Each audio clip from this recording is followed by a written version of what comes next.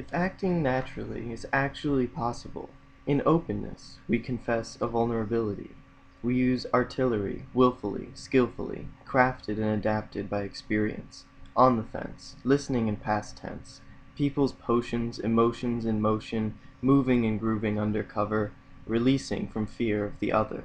My brothers and sisters, resisting isn't existing, but be true first to you, open to what feels to be real. Love with honest appeal will forever appear, and let's be clear, my dear, for the end may be near. If we fear the mirror's reflection, we actively seek rejection. Unless we lessen the load, follow the road beneath your feet, greeting the beats with harmonious peace. A release from shame to blame, it came and went. Time spent tracking distracts from reacting. We love acting like it's in passing, but it's all happening. I wanted to start my talk with a poem, because my life has always been a balancing act in a world dominated by dichotomies. My mind loves to play with math and science, but my heart cries out for artistic freedom and a spiritual connection to the world around me. It was my imagination that allowed me to see the magic behind complex technical concepts, revealing hidden mysteries and patterns in nature. I've always been instinctively drawn to the uncertainty and grandeur of the wilderness, and I must admit that I feel most at home amongst the trees and the earth and the stars. As I've grown up in a world suffering from a disconnection with these roots, I needed to find balance inside myself, where science, art, and spirituality could all be explored openly without exclusion.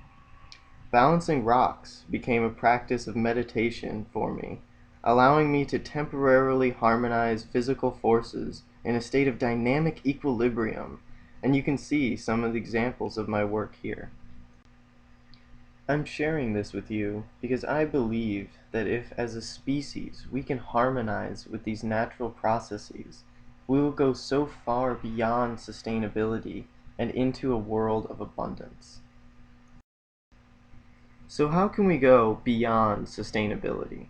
I want to share with you a few examples and concepts that are beginning to explore this world of abundance.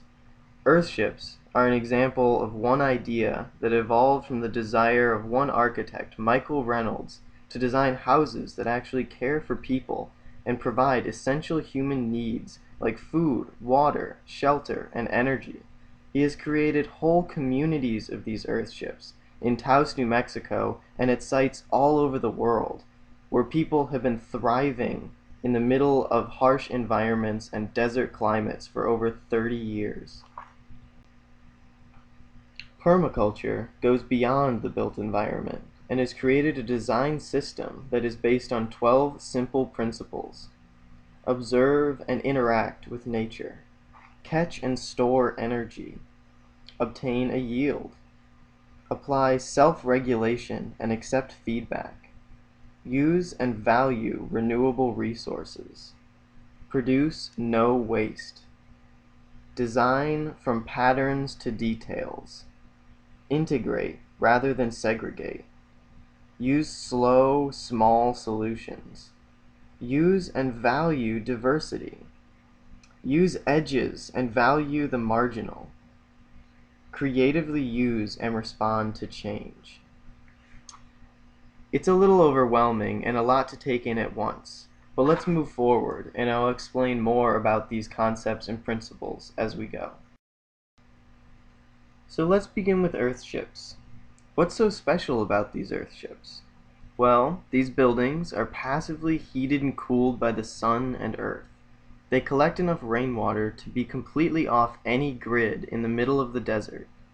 All of the systems are integrated so that food production, water reuse, and waste management are designed to function in harmony with the inhabitants and the surrounding landscapes. They even generate their own electricity and are even built from recycled materials. What all this means is that earthships are designed to eliminate the need for outside utilities.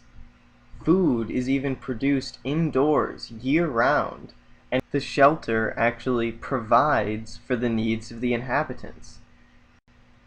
But first, let's get an idea of what an earthship might look like. The predominant feature, as you can see, is a large glass face oriented towards the sun, and I'll go into a lot more detail about the advantages of this later. But most look like they're from another planet, while others are slight variations on traditional architectural designs. The bottom line is that Earthships are moldable to fit your needs and desires. The traditional Earthship design uses old car tires packed solid with dirt as a structural foundation to shape the actual home. Aluminum cans and recycled bottles are used as bricks, layer by layer, with some sort of a dirt cement to form walls and other features. Of course, other natural building materials exist as well, including straw bale and cob construction techniques. Cob is actually one of the oldest materials used in houses, and can be seen in the Tudor styles of England and the adobe structures of the Southwest. Cob buildings can be shaped in such a variety of forms that the structure itself becomes a work of art that is both functional and aesthetically pleasing. All of these materials are used to capture and store heat or coolness depending on the season. Thermal mass is the term used to describe the ability of a material to resist changes in temperature. The energy stored in this thermal mass is determined primarily by the sun. Now, to truly understand the concept of thermal mass, we must explore an interesting feature of the Earth's crust. Below frost line, the temperature of the Earth is relatively constant year-round at about 50 degrees Fahrenheit. By burying the tire foundation in the Earth below frost line, we can harness the stability of that temperature year-round, both to cool the house down in the summertime and to warm it up in the winter. However, the influence of the Earth is only half of the equation when dealing with thermal mass. We must also look to the energy from the sun.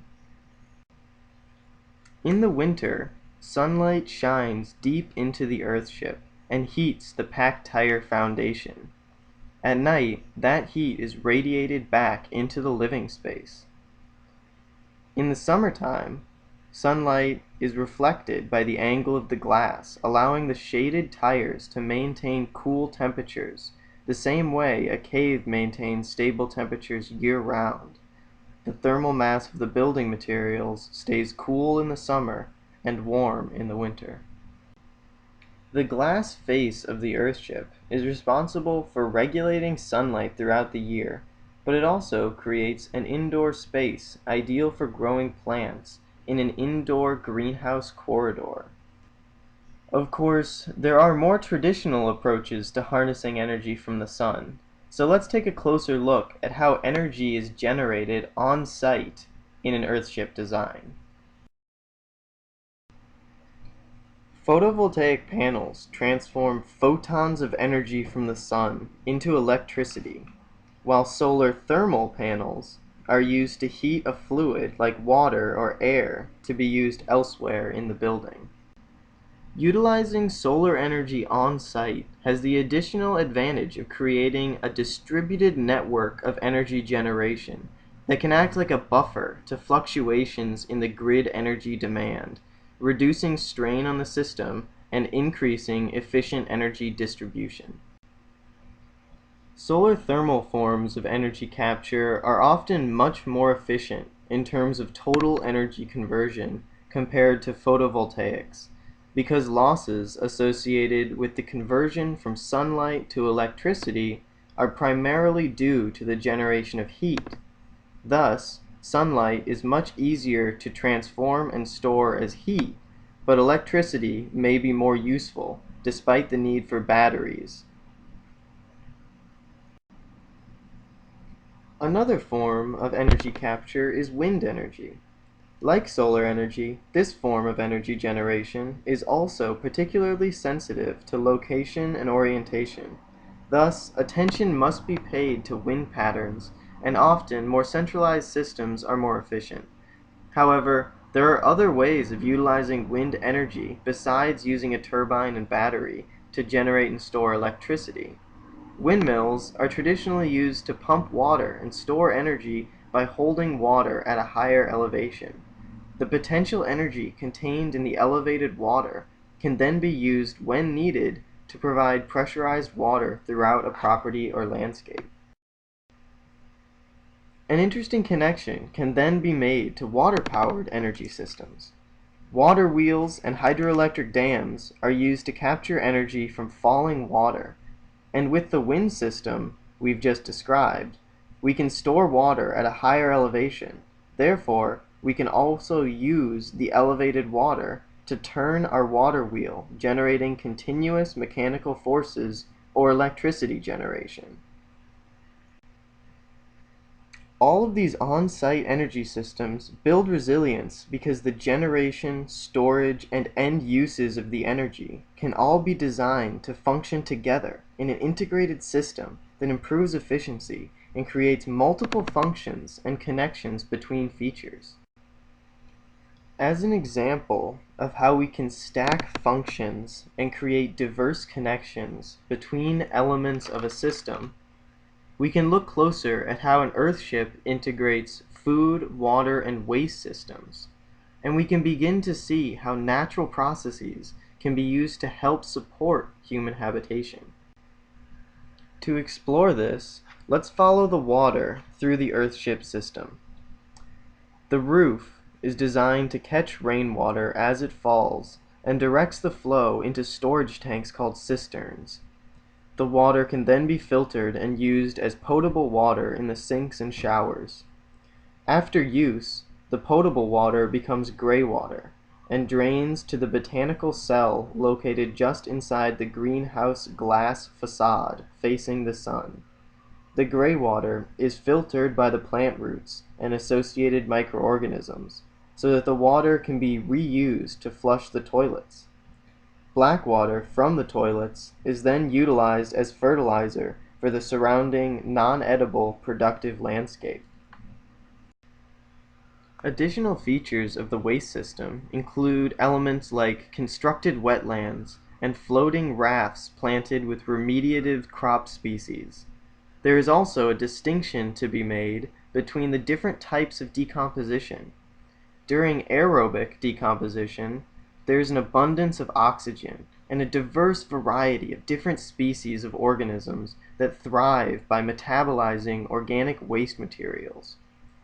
Vermicomposting and mycocomposting utilize worms and mushrooms, respectively, to produce valuable products from the breakdown of waste materials, turning waste into potential resources. On the other hand, if we look at decomposition without oxygen, another valuable product can be generated. Bacteria that grow anaerobically can produce methane gas as a byproduct.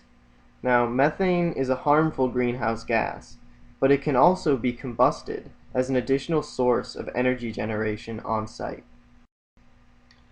Combustion energy can be generated from methane in the biogas or from dried biomass like wood or other fibrous crops, but it comes with a price, releasing harmful gases and particulate into the atmosphere. Despite this downside, combustion is extremely useful for on-demand heat and electricity generation, and it's one of the most well-researched technologies today. To address issues of air quality, we can go back inside the Earthship and examine all of the functions of the botanical cell.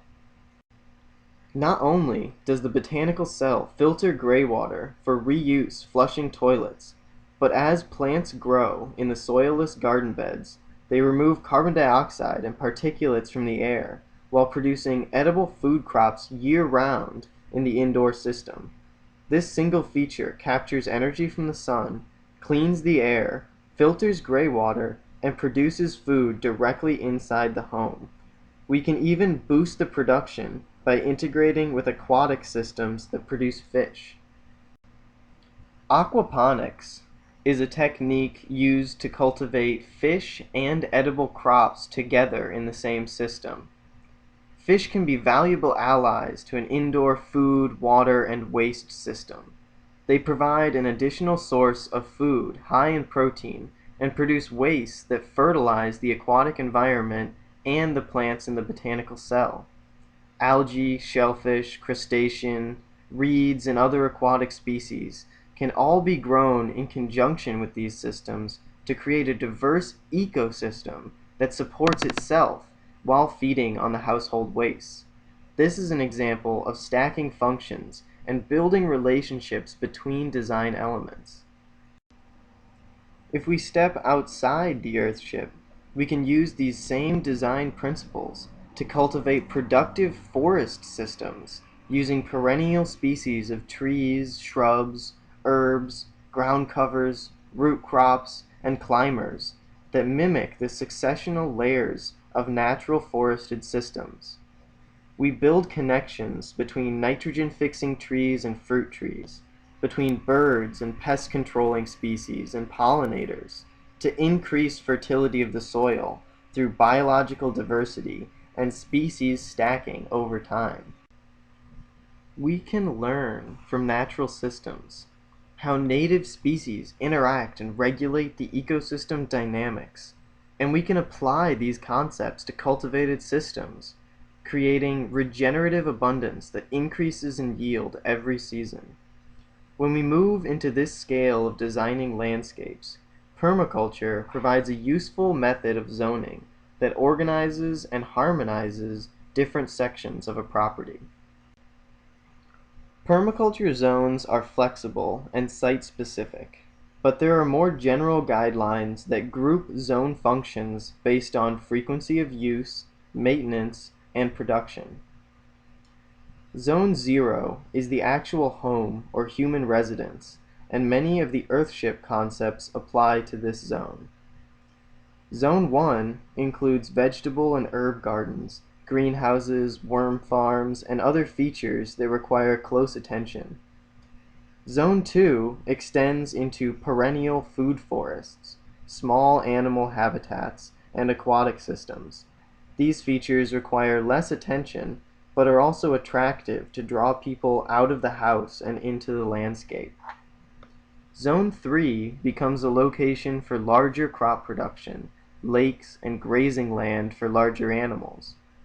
Zone 4 is a minimally maintained forested area that produces timber and foraging opportunities. Beyond Zone 4 is the unmaintained wilderness, which is called Zone 5. Not much activity goes on in Zone 5 to maintain the native species, but this section acts as a teacher, revealing beneficial relationships in the ecosystem and reminding us of the overarching patterns present in our local landscape. The number of zones and specific details of each will undoubtedly change based on the local environment, but the principles can be applied to any situation, including massively degraded landscapes and even deserts. John D. Liu is a filmmaker and environmental educator who is spreading the word about the reality of large-scale ecosystem restoration, and specifically a project he worked on in China on the Los Plateau, where a massive section of the eroded valley was transformed into a lush, productive landscape. Over the course of 10 years, the local farmers increased their profits by 400% and were able to lift themselves out of poverty. Not only do these projects restore huge sections of landscape into fertile ecosystems, the people living and working on the land all benefit from the cultivated abundance. This is just one example of the success that is happening all over the world, using natural processes to rehabilitate and transform landscapes into ecologically productive support systems for humanity and the biosphere. The best part about applying these concepts to buildings and landscapes is that the opportunities are everywhere, even in urban environments. Having grown up in St. Louis, Missouri, I will use the Gateway to the West as an example of urban development. St. Louis faces two major issues with respect to land use. vacancy, and suburban sprawl, both contributing to an inefficient and disconnected urban community. But somehow, these challenges provide the foundations for new solutions. What if every vacant lot and suburban lawn was designed to grow food and other valuable crops? What if we used rooftops and the sides of skyscrapers to cultivate productive ecosystems while improving urban air quality? What if every landscaped feature was designed to be productive and useful to the people in each local community? With a variety of vertical gardening and productive tree pruning techniques, we could transform our cities into resilient ecostructures that care for people and the planet. Density even becomes an advantage we can use to reduce transportation, pollution, and costs, in addition to producing, consuming, and resourcing materials on site within the city's limits. Finally, it's starting to look like the type of future I want to share with my children and grandchildren. But we must remember the challenges we still face. Now, this picture is a little extreme. Putting these two images next to one another might not be entirely accurate. But the point is important to get across, and I would like to express it through a little story. As a senior in college at the University of Colorado at Boulder, I was given the opportunity to attend the National Biodiesel Conference in Orlando, Florida, where I met a unique community dedicated to finding alternative solutions to our dependency on fossil fuels. I met a man at dinner who turned out to be a major investor for a hedge fund that specializes in energy companies, and specifically natural gas. After some frustrating yet stimulating conversation about the state of our fossil fuel industry, he pulled me and my companions aside and told us something that still sticks with me today. He said that everyone he knows in his generation did everything right. They went to school and got an education, pursued good jobs, and built companies that turned into industrial giants. They worked hard and accomplished everything they had been told would bring the world health and happiness. But things are changing, and the people who worked so hard to build these industries are slowly realizing that their life's work and their livelihood might actually be contributing to the huge problems we face as a species. What's even more unfortunate is that he told me that they have no idea how to do things differently because it has taken a lifetime to build these industries, and that it's impossible, if not utterly irresponsible, to think we can just replace them overnight. He looked at us with honesty and hope, and he said, "We're all relying on you. Your generation needs to be inspired by the challenges we face, to find opportunity in the obstacles, and to make your voice heard so that we listen. We are the only ones that can dream ourselves out of the situation we're in and into the world of abundance that we know exists and that we deserve to find. The reality is that the future is in our hands. Let's start making it beautiful. Let's start making it abundant. And let's go way beyond sustainability. Are you with me?